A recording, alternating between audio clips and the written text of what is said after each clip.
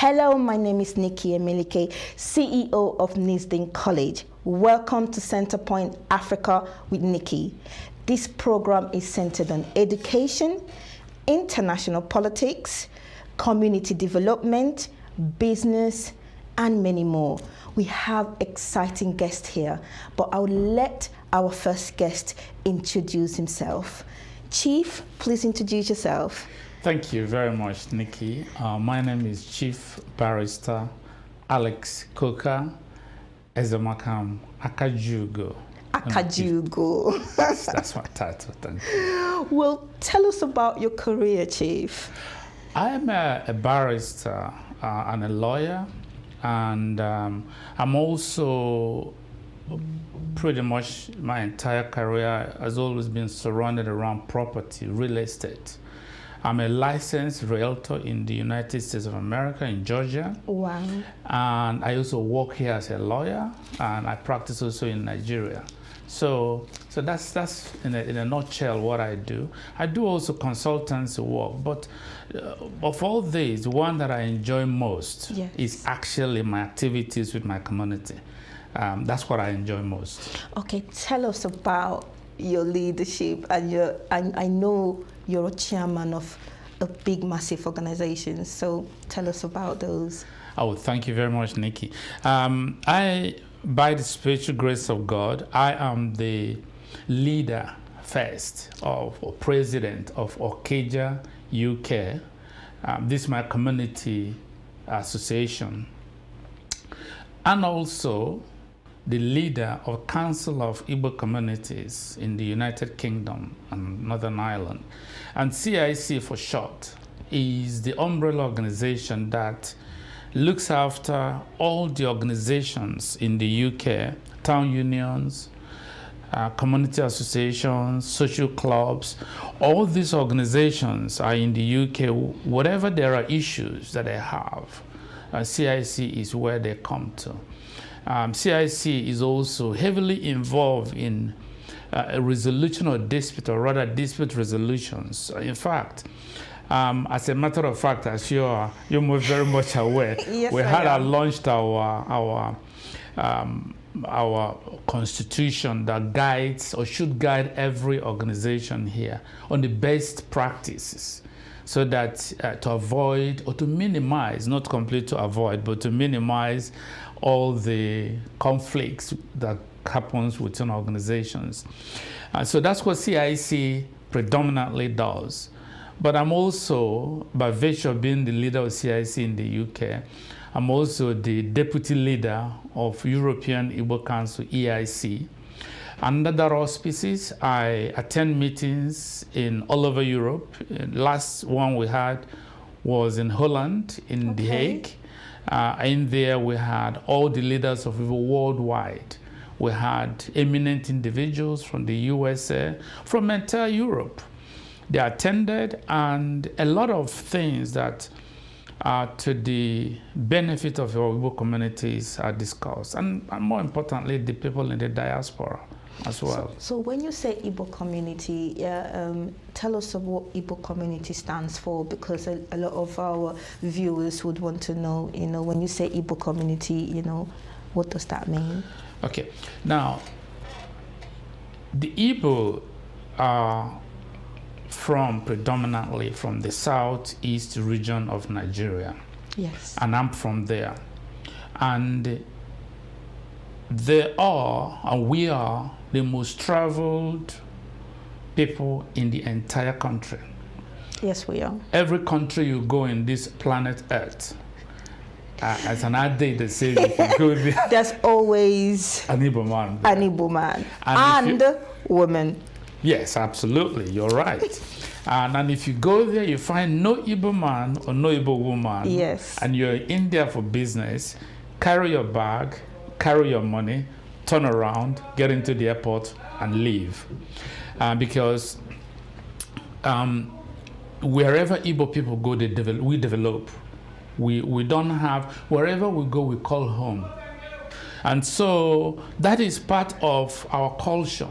And because we are very nomadic in terms of where we are all over the world, yes, we are. It bodes that organizations are set up, you know, like our people say, do not leave your brother behind. Yes. So wherever we are, we bring our brothers and sisters together. Even in Nigeria, you have diasporas within Nigeria. Yes, you have we do. diasporas all over. Diasporas all over. It's really great to be leading our people. And so in the midst of all that and all that greatness, you have issues of governance, issues of conflicts within the communities. Yes, we do. So Council of Igbo Communities, especially in the UK, is designed specifically to resolve those issues and also to speak up when things that affect our people are concerned.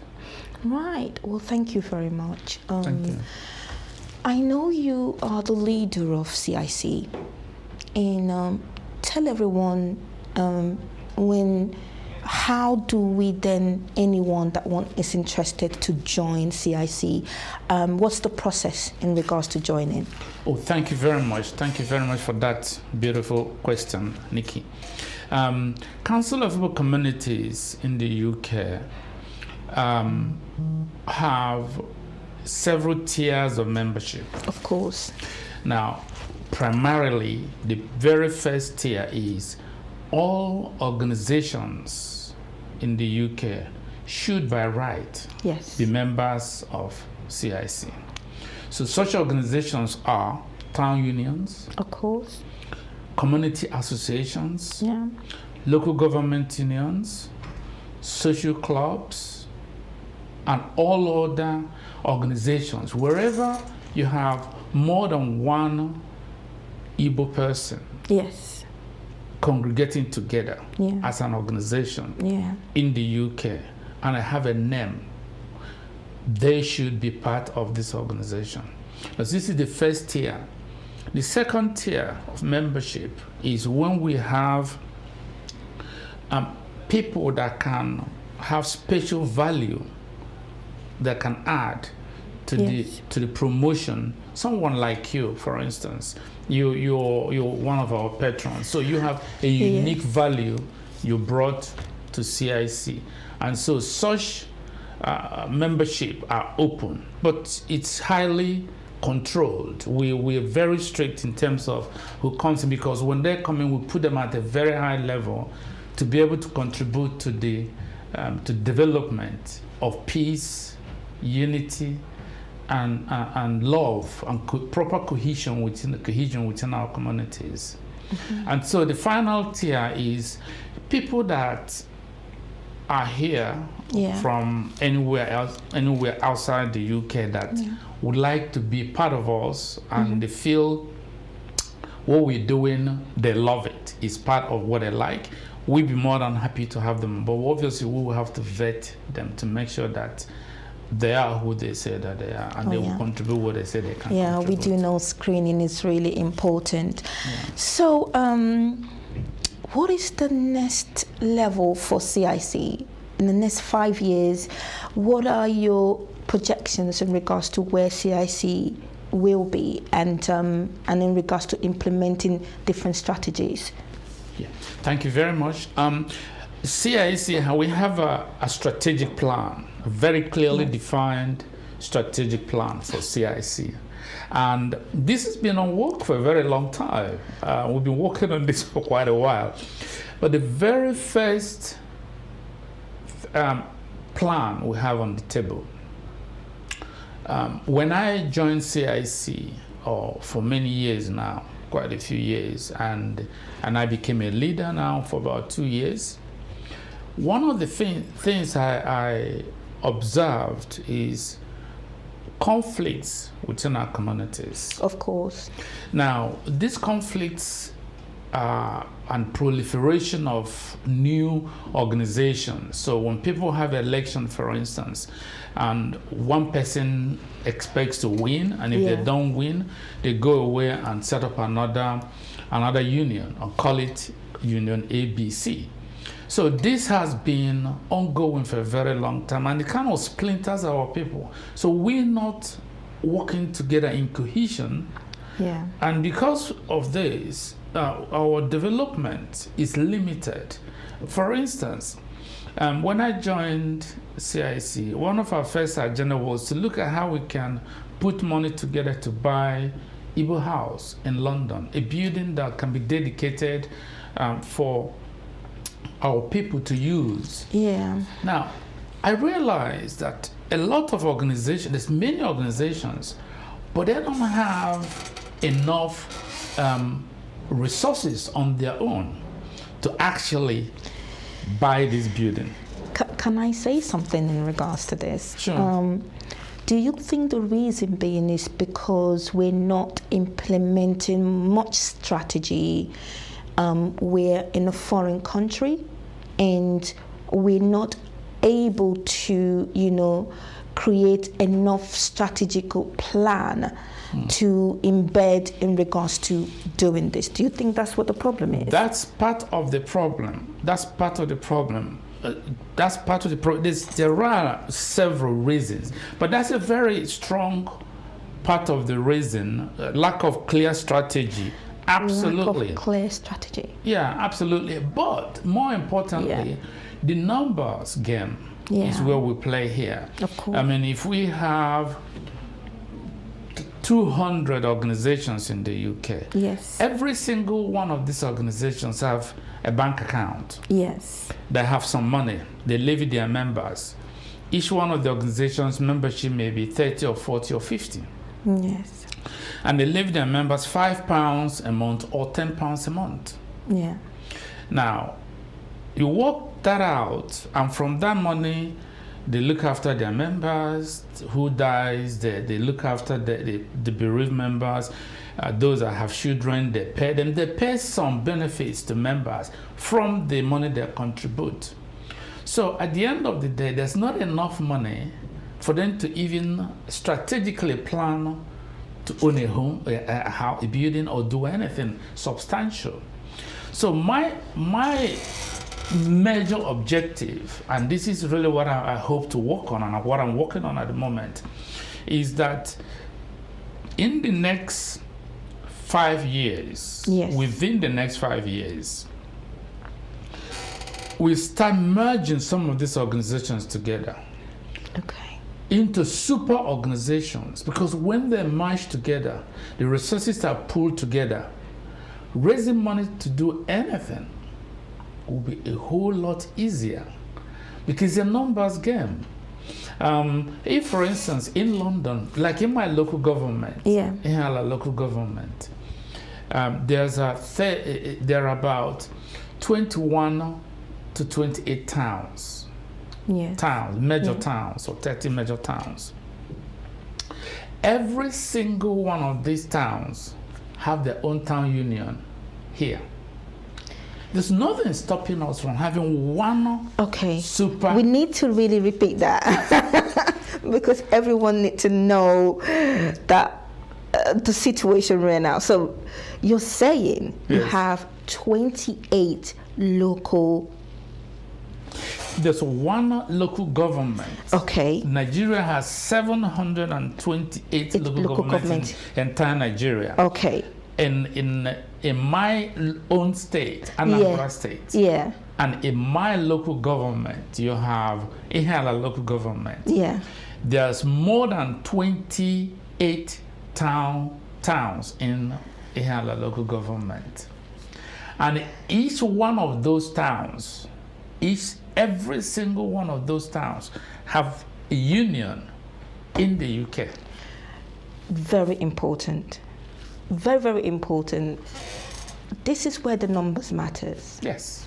And it's about trying to make sure that these members come together and join in regards to making whatever the targets that they're reaching and they want to reach. Yes, absolutely. Happen. Yeah.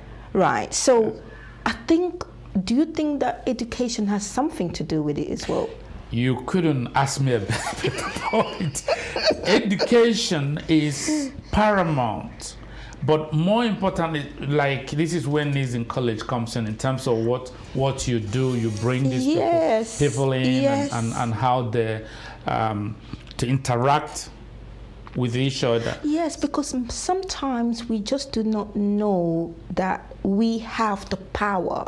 And that power resonates in us coming together and creating different types of targets for ourselves, and making sure that those targets are done. Yeah. The most important, because most of the time we have these targets everywhere, and we end up not implementing it, not creating that awareness we want to create. And sometimes we're expecting so much within this little time frame, little organizations, and ends up not doing much about it. Yeah. So literally, just carry on. Didn't want to stop you there.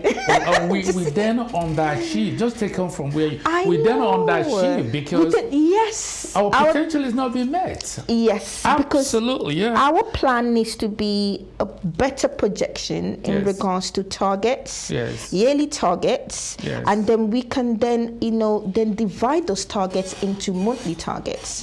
To make sure we reach the yearly targets. And this is where we find it very difficult because there's not much objective, there's not much aim, and we end up coming together and not really achieving what we want to achieve. And that is our main aim. Our main aim is to make sure that we're gathering. We're always gathering. But what is the gathering for? So this is areas that we really need to improve as organizations. So carry on. So what CIC is trying to do in the UK is to find the strategy that works best for, there's an adage that says, "Naneso Igbo eso." That basically translates as a leader, you lead from behind, you don't lead from the front. You follow the Igbos and they do what, because he was a very Republican. You don't control Igbo person. Every man is a king in his own house. That's how our culture is. So, but we still have to achieve what we... A king in his house, but not a king outside. The king in his house achieves more. And that's the thing, but because we need to also realize this. If we're trying to do certain things, we need to have the skills to achieve those. We just can't come in and implement any strategy and expect everybody to be part of it. So education and awareness and different types of, routes to gaining different skills is required. Absolutely. I completely agree with you. I couldn't agree with you more on that point. So what we are trying to do ultimately is to create this super organization. So small unions, say if you come to every town, major town, converse around the major town, appoint leaders that are clearly with a clear objective of what they want to achieve. We don't want, and this is one of the issues that we had in our dispute resolution manual that we have published, and that is going around to all the associations in the UK. We don't want leaders for life, because this kind of breeds, this is where, if you're going to be leader for life, I want to go and set my own organization. So if you are there for 2 terms maximum, so people feel part of it, and then they can grow together.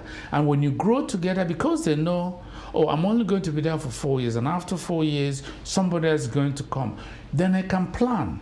If it's one person is there for 5 years, 10 years, 15 years, he assumes that he is the organization rather than the organization for him to serve. He's serving the organization is not serving him rather than him serving the organization.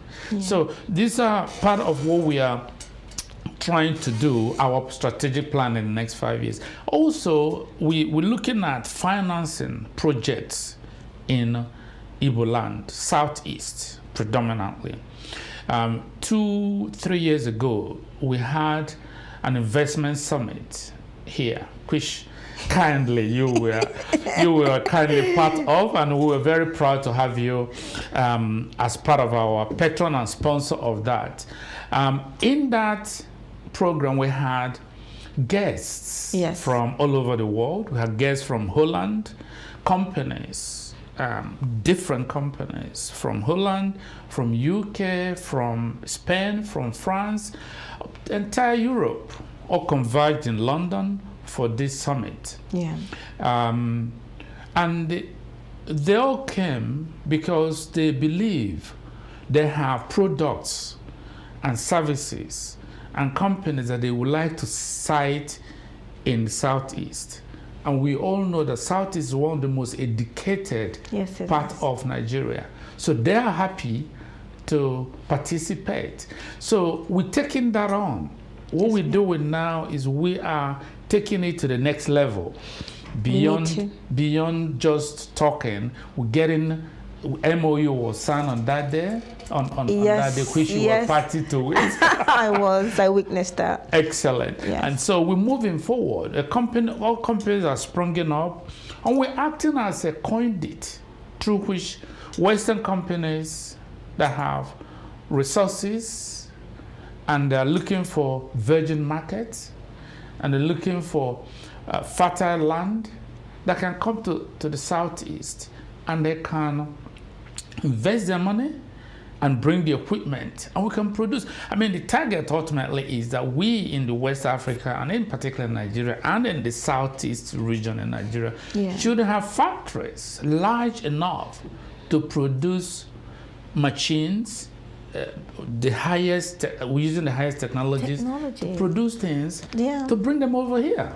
And so that's really one of our major objectives in having that Senil event 2 years ago. I also basically heard there has been a progress in regards to Senil. Okay. There is another organization created for Nigeria as well, where there's some investment done as well. Yes. Yes. Absolutely. If you can tell us about that a little bit. Oh, I think there's several. Yeah. I must say there are several. There are several, wow. Because what it is when an investor who has money, we live in a very matured economy, so the potential to invest in new products, in new items, it's okay, but it's easier from a virgin market point of view. Okay. Like what you have in Africa and in West Africa, Nigeria, and Southeast in particular. Yeah. So when they came, we were able to showcase our region. Yeah. We showed them the land, it's fertile land. We showed them it's very conducive to do business in Nigeria. Yes, I mean, I was privileged that day to spend some time explaining the legal aspect of doing business in Nigeria to the invited guests. Although I fielded a lot of questions on that day. Yes. And so after they have seen that, they went away and met individual communication. A lot of people were networking. Yeah. So people networked. A lot of companies went away with individuals like yourself that can open doors for them to come and do their business. Definitely. So there's several companies and entities that are set up and running, especially in the farming sector as well. Okay, well, thank you. We were talking to our first guest, Chief Alex, but now we've got a community leader, and I'll just allow her to introduce herself. Hi everyone, my name is Pastor Mrs. Jessica Edmond. I'm the CEO and the founder of Women and the World, a community of women and by default men that has helped so many people to see themselves in someone else's story. As we share our experiences and the wisdom that addresses women and by default again men's fear and help them to maximize their full potentials, give them another opportunity to fulfill it and become whatever they desire to be. Thank you for having me on the show, Nikki. Thank You're you, welcome. Pastor Jessica. You're welcome. Thank you very much. Tell us what motivated you to becoming a pastor. Oh, I think it's not being a pastor is Yes. actually a calling. It's not about motivation. Okay. And I think if you are a born pastor, you are a pastor. Okay. Even if you happen to run away from it, do everything, and in most cases you wouldn't like it. You wouldn't like to have anything to do with such name, and most times you don't even want to be called pastor. You feel Okay. somehow. So I think it's a calling. It's It's a calling. So it's a calling, you not- were called when you were younger. How did it happen? Because before you say, I need to, educate people about God. Like you stated, it's a calling. So tell us, what age did that come about? Yeah, it's two things here now. Yeah. Being a pastor is different, and they're running a charity and NGO Yeah. that educate women. It's entirely another thing. Yeah, that's fine. However, yeah, what actually in the pastor aspect of it is that I didn't want to be. You didn't want to be, I but, didn't want to be. but I it was your didn't- calling.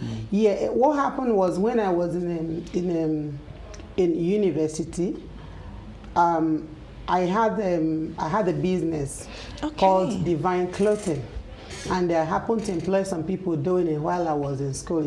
Okay. When then weekend I come back, Yeah. and one of the days I came back. Well, I don't want to go into much story, but one of the days I came back, Yeah. one of the guys has prophesied to somebody.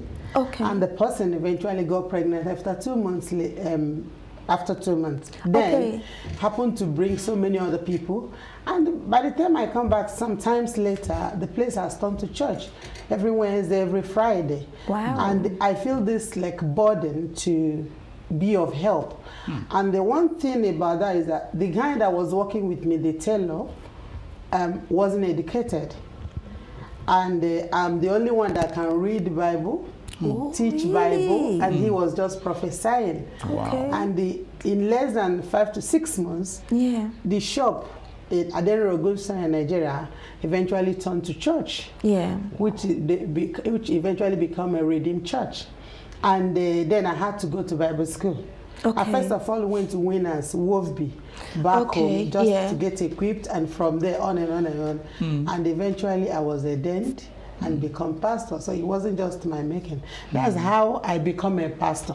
Okay. Yes. Okay. Yeah. Then coming to Your charity. educating women. Of course. Yeah, I will digress a little bit. Okay. During that period, then I was leading a group I formed by myself Okay. called Daughters of Zion, Okay. under the same ministry. Okay. But then I wasn't married, so I called them Daughters of Zion. But what I was doing then, I didn't know actually. I was actually educating people, doing it, but not with the knowledge I have now. Okay. Yeah, Great. so I ran it for some time, then eventually got married, come to UK, but I didn't go home when I'm supposed to, and that was the end of. Yeah, but now I connect with so many of them that came from Nigeria. They Nigeria. joined me here. Oh, okay. Yes, and a lot of them are on Facebook. Then this one comes up now, Yeah. which we'll go into later. Okay. The women at the well. That's fine. I would then want you to basically tell us about your charity. Okay. Because- Anyway, yeah, it's Yeah, right. It's right. yeah. Actually, okay. When I came to UK, it wasn't a bed of roses. Of It wasn't course. as I imagined, if I put it that way. So Struggles. everything was everywhere. Yes, I couldn't even get myself together. I started having so much trouble in marriage, and what started it was that I didn't have child on time. Okay. So everything that got wrong was my fault. Okay. Yeah, so it was like I'm the one, the breadwinner. I'm begging the man to stay, And being a Christian, Yeah. you will be abused, but you don't want to tell anybody. Of course. I lived in pretense for so long. My parents didn't know, nobody knew, so I was bottling it in. I didn't have opportunity to say. I can't even say it out because, like in Christendom, you are not allowed to. So you just wear this kind of false identity. Yes. When you come to church, you smile. Oh, pastor, you do good, stuff like that. And when you go home, you're dying. Yeah. And I go through this for about 8 years or 8 years. 8 years. Yes. Wow, After that was which, a long time. Yes. After which, one day I remember vividly. Sometimes I'll be walking on the road and I'll be just crying. I don't want to cry, but tears will be rolling. Tears all over my face, and people will like, are you okay? Are you know how it works then. One day I knelt down to God. I said, now I've been in this journey for 8 years. Yeah. I've been doing everything and it's nothing like it's changing. If you could just give me a son. I know that you have so much in me for me to like give out, but I've missed it because I have a wrong marriage. Now, Yes. You cannot be a pastor. You can't lead women because your own is not working. You can't give Of what you don't course, have. So with that, I just judged myself that I'm not fit to do it. But I said, God, if you could just give me a son, let me have something to show for this marriage, and that would be enough. That I will train this child, and you, God, will deposit your calling in me, in him, so that he will carry on. I will train him to be a pastor. That I wouldn't ask you, I wouldn't complain that I'm a single parent. I wouldn't ask you for help. I would do everything within my reach to make sure that I bring him up in the way of the Lord. I made that vow to God, and within 2 weeks, less than a month, within 2 weeks, I saw a man in the dream. He came to give me, wearing white apparel, very tall guy, very tall man, and with a staff. And he came to give me a child wrapped in white. Amazing. And yes, after a few days, I started feeling funny, and I said to my husband, I said, I'm pregnant. It's just like, what a foolish that Wow. you've been saying it for 8 years. It's not new, stuff like that. Anyway, that was from that time onwards. I believe that God has answered me. As the pregnancy started growing, my strength, my power, I was being empowered. You know that kind of thing. I know. Yes, I now began to, gather strength to face my fears, to bring up, and I had the baby in good faith, and I called him anointed. Congratulations. The Lord's anointed. Wow. Yes, Congratulations. Yes, Congrats on that. anyway, so coming to that as well, Yes. as my faith began to grow and my strength and everything about me started changing, I went back to school, which I've dropped out before because I failed, and I changed university, I failed again, and nothing was actually working. So with this strength now, I went back to school. Then, and my son was growing, I was one day studying the book of John. Chapter 4. As I was studying it, it's about a woman called the Samaritan woman. Okay. Yeah, she was begging, Jesus begged her for water. And she came at the unsocial hour. In those days, coming to fetch water, it's the time, it's morning because of the sun. But this woman chose to let everybody go so that she can come. And there was hot weather, according to Bible. And Jesus appeared even at that time when nobody's expected to be there. And they happened to meet with this particular woman. And Jesus said, can you give me to drink? And she started making a lot of excuses. I don't want to have anything to do with it. After all, for instance, we could say, oh, you are a Jew. Oh, a Jew. Then is a Jew. But now we could say, oh, you are a Muslim, or you are Antichrist, or you are whatever. We are Christians. We don't have anything in common. We can't eat ram and stuff like that. And Jesus said, if you know he that asks you, I will give you the water you will drink and you taste no more. And the woman said, give me that water. I want to taste it. Of course, I was accepted. And Jesus said, go and bring your husband. She said, oh, please don't go there. I don't have anybody. I don't have a husband. Jesus said, no, you've married 5 husbands. And that's why you're hiding. And the one you're living with is your boyfriend. And the woman like, wow, who told you everything about me that I don't want everybody to know? A lot of us has been wearing masks, just like I was. So in that conversation, I saw myself there. I started crying.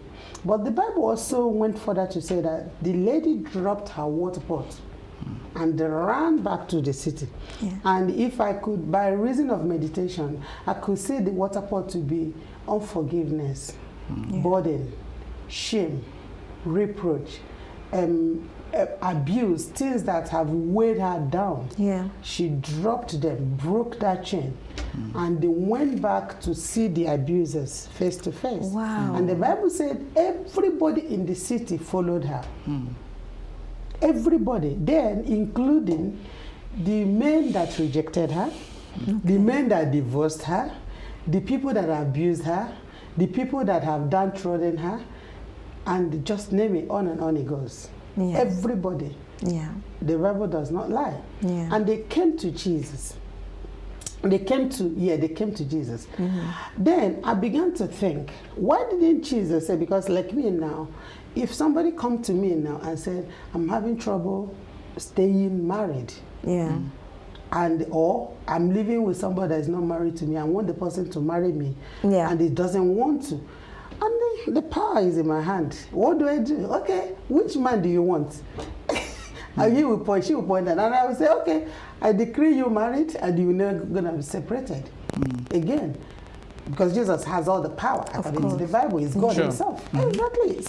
Jesus didn't even talk about that. Jesus didn't even reconcile her to her former husband. Yeah. Neither did he even ask her, bring your boyfriend and I will marry you so that you stay married. Yeah. No. But the Bible made us to understand, Yes. with that word Jesus told her, she went back and she was empowered. I saw myself in that. Oh, wow. I now say that I am a woman at the well. I am going back to empower other women, whether married, not married, divorced, single parent. Enough of the stereotyping, enough of the stigma. Yeah. You can still be whatever God has made you to be without any man, as long as you believe. The woman didn't go back to her former husband, but yet she became the first evangelist. She saw herself, and before Jesus commissioned the disciples like Paul, Peter, James, and all the rest of them, Jesus has died. And even when Jesus died, he said, stay on the upper room, don't do anything until the Holy Spirit comes. Okay. That's in Acts 2. Yeah. He said, if you go, they might kill you, you won't be able, let the power come on you. So they were not allowed. But this woman was, I think, was supposed to be the forerunner of Jesus Christ. Yeah. But because she was in the wrong place, minding the wrong purpose, when you are in the wrong purpose, everybody can abuse you. Yeah. Take advantage, isn't it? Take advantage of you. Yeah. Everybody can do you whatever because you are in the wrong place. Yeah. That's why she was able to even begin to do her job before Christ died. Nobody preached, nobody delivered, nobody went to evangelize. So can I ask? Yes, you can ask a question. You see, what you're doing now is spiritual. It's Christian based. Okay. So how is this impacting the community that you live in? Okay. Now, what I'm doing is not Christian based. The inspiration comes from the Bible. Yeah. Okay. But Jesus was from entirely a different religion, and she was entirely from a different religion. Okay. But Jesus said, come to me, like give me to drink. In other words, let's have something in common. Yeah. You understand? Yeah. So it doesn't really matter where you're coming from. Okay. Yeah. And Jesus didn't say power or whatever. It was just, I'm hungry. So we look for those who are hungry. It doesn't matter where you come from. Can I add to basically what he's trying to say is in regards to the women that are on the charity right now, which is what projects do you do within those in order to impact the community? What do you do? What activities do you do? Oh yeah, we I think I invited you one of our Endless Possibility networking event, where we got the what's it called, doctors, lawyers, people from different skillful people to come and teach and educate the women. Okay. People that write books and all the rest of it. But currently, how we empower the women is that we get them to tell their stories. Yeah. And I tell my own story. If you have failed, I have failed. Single parent, I have been. Barren, I have been. And I am what I am now. Of and course. if I can do it, You can do it. definitely you can do it. So- and if you, okay. Yeah, so basically, these women are women who are underprivileged. Is that do they have like different types of illness or anything, or they just different women with different backgrounds? Every woman has a story. Of course. Therefore, every woman is a woman at the well. Got you. Every woman, when we say women at the well, we are not talking about Christian people. The Bible didn't call the woman at the well, remember? Yeah. It said the Samaritan woman. But when we talk about women at the well is like women of wisdom. We know wisdom. Women that has experiences and the backgrounds. Yeah. Women that, and what do we give? We give water. What's the content of a well? Well of water. Of water course. refreshes. Yeah. Water empowers. It does. Water energizes. Water cleans. Water washes. Water makes you beautiful and Of course. smells fresh. Of course. Thank you. And at the same time, water has no enemy. Yes, it doesn't. So we give you exactly what we need to give you to empower you to become what you want to become. Yeah. And we are over 200 women. This is what we need. So, and Over it's from all 200 backgrounds, women. Wow. white, black, green, yellow, Wow. red. We are And different backgrounds and races as well. Yeah, exactly. Oh, good. So when we see you and we look at you, we try to merge you with somebody from your religion, if that's what you want. And if you like, for instance, you want to be a doctor, Of course. thank you. We give you a mentor who will tell you what it takes. And if you're interested, we'll help you. And we listen to your story. Another thing that we do as well, we try to make you write down your story. When you write it down, with your consent, if you want to turn it into a book, we give you The ability to an do ability so, to yeah. do that, and you turn your story so that So that like people my will story be now. so people will be impacted in regards to the Yeah, stories because I've everyone got a yeah. couple of ladies that have written their story. Oh wow. Yes, and Yeah. I've got a couple of ladies that are coming from drug background, not just ladies, men. I also do a Yeah. show that we go to television every Saturday to talk about our story. Yeah, that's what I mean. That by the underprivileged, Yes. helping people that have had substance abuse, and Yes, yes. and they could not get themselves back together. But the women at the well then provides Yes. different types of activities that Activities. helps these women get them back to yeah. normal, so that they can be who they want to be. Yes, Yeah, the but- first thing we do. Do you want to say? Life is really full of challenges. Yes. Yeah. So if you face a particular kind of challenge, you may be able to deal with it and get at the other side. But when that challenge weighs you down so low that you cannot basically rise up, that's similar to what your organization comes Exactly. in to Okay. give Yeah. a helping hand to lift people up, Yes, isn't it? Yeah. What, yeah. That is very good. Because everything you're passing through, we want to Yeah. make you understand that you are not lonely. It's not a lone journey. Somebody Yeah. has been there. And at the same time, it's not peculiar to you. Yes. And if somebody has been through that and had a turning point and come out of it and is fulfilling purpose now, Yes. we empower you too can do it.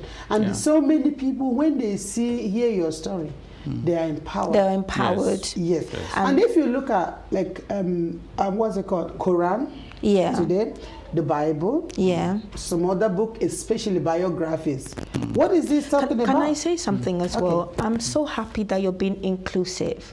Because most of the time you see these projects, it's only geared into one religion.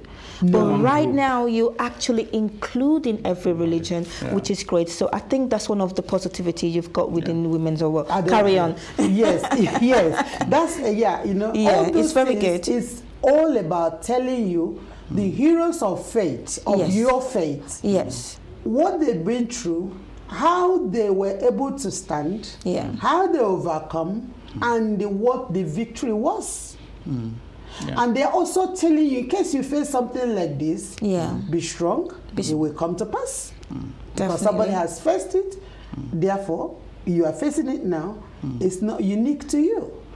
What we are doing is to, in our own, so many people, they will read something like Bible, Quran, they say, oh, he's in, you know, those, he's never in this world, somebody wrote it. But no, we are the one telling the story. I've been through it myself.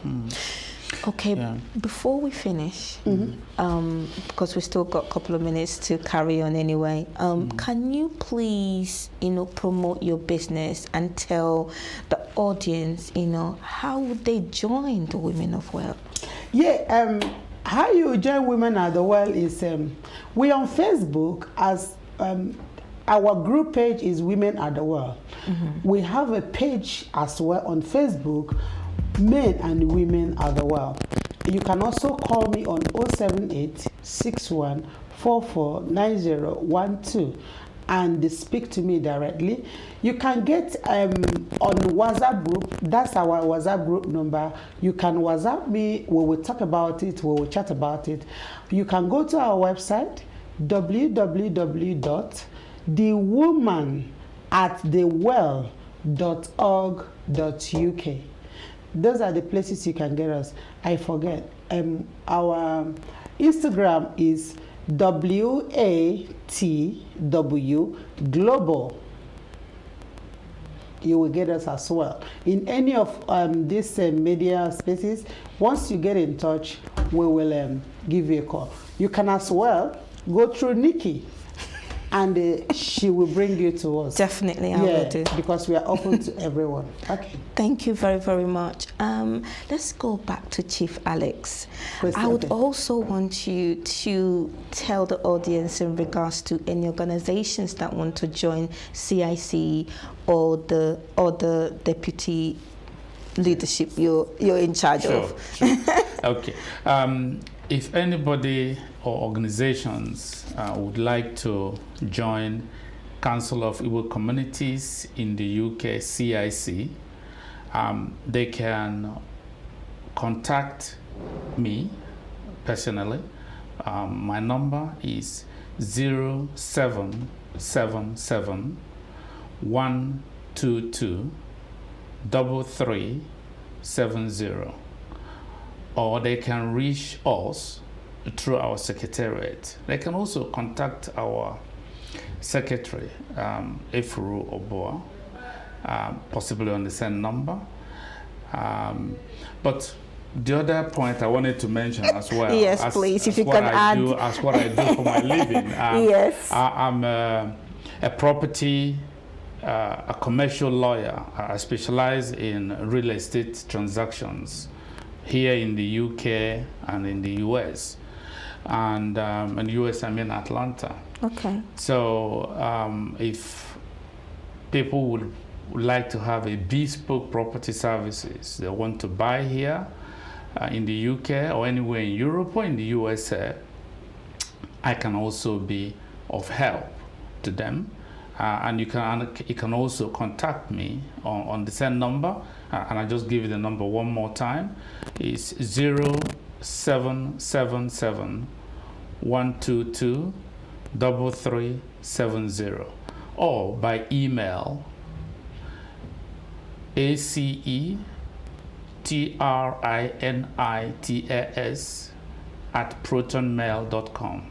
That is acetrinitaS@protonmail.com. Thank you, Nikki. Thank you.